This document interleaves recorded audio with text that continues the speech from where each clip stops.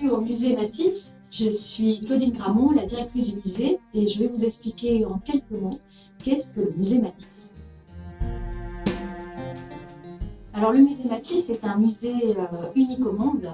D'abord, c'est le seul musée qui soit consacré à Matisse, et ensuite c'est aussi un musée unique au monde par les caractéristiques et l'histoire de sa collection. Le musée Matisse n'est pas la maison de Matisse, c'est une villa génoise du XVIIe siècle qui appartenait à la famille Bubernatis. Cette villa génoise était une villa d'été. Les propriétaires venaient donc l'été s'installer pour passer les beaux jours. Elle est construite à quelques mètres seulement du monastère de Cygné et jusque sur le site archéologique romain de Semenelum. En 1823, la villa est rachetée par la famille Garin de Coconato, qui va la conserver jusqu'en 1950, date à laquelle la villa est rachetée par la ville de Nice. À ce moment-là, elle va prendre le nom de Villa des Arènes.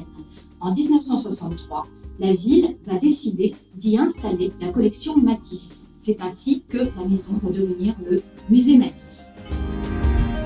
Au début, la villa est partagée en deux espaces. Il y a un espace dans lequel on a installé le musée d'archéologie au rez-de-chaussée et un espace au premier où va se situer donc la collection Matisse. C'est seulement à la suite de la construction du musée d'archéologie qu'on va installer toute la collection Matisse sur les deux étages de la villa.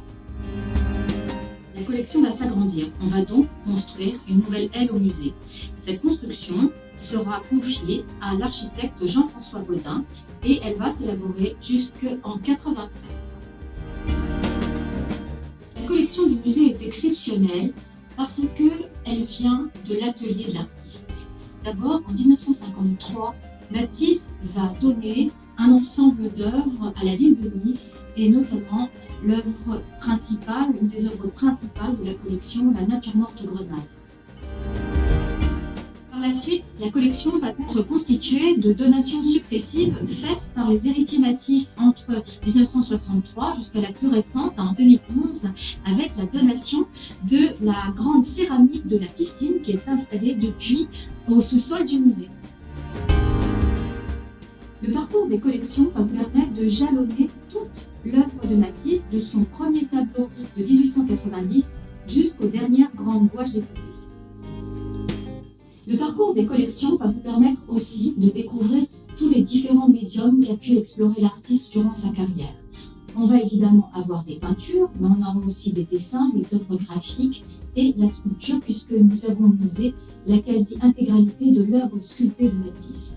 Et aussi, nous présentons bien sûr un ensemble exceptionnel de gouaches découpées qui sont vraiment le dernier médium sur lequel a travaillé Matisse à partir des années 40, médium qui lui appartient en propre et avec lequel il va totalement ouvrir son œuvre sur le XXe et même sur le XXIe siècle.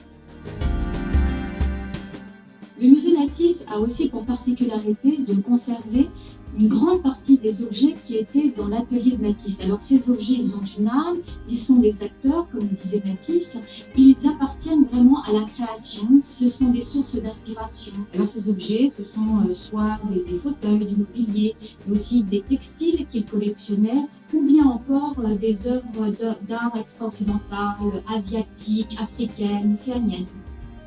Pour moi, il est important de préciser qu'un musée n'est pas un sanctuaire, c'est un lieu d'échange, c'est un lieu de vie.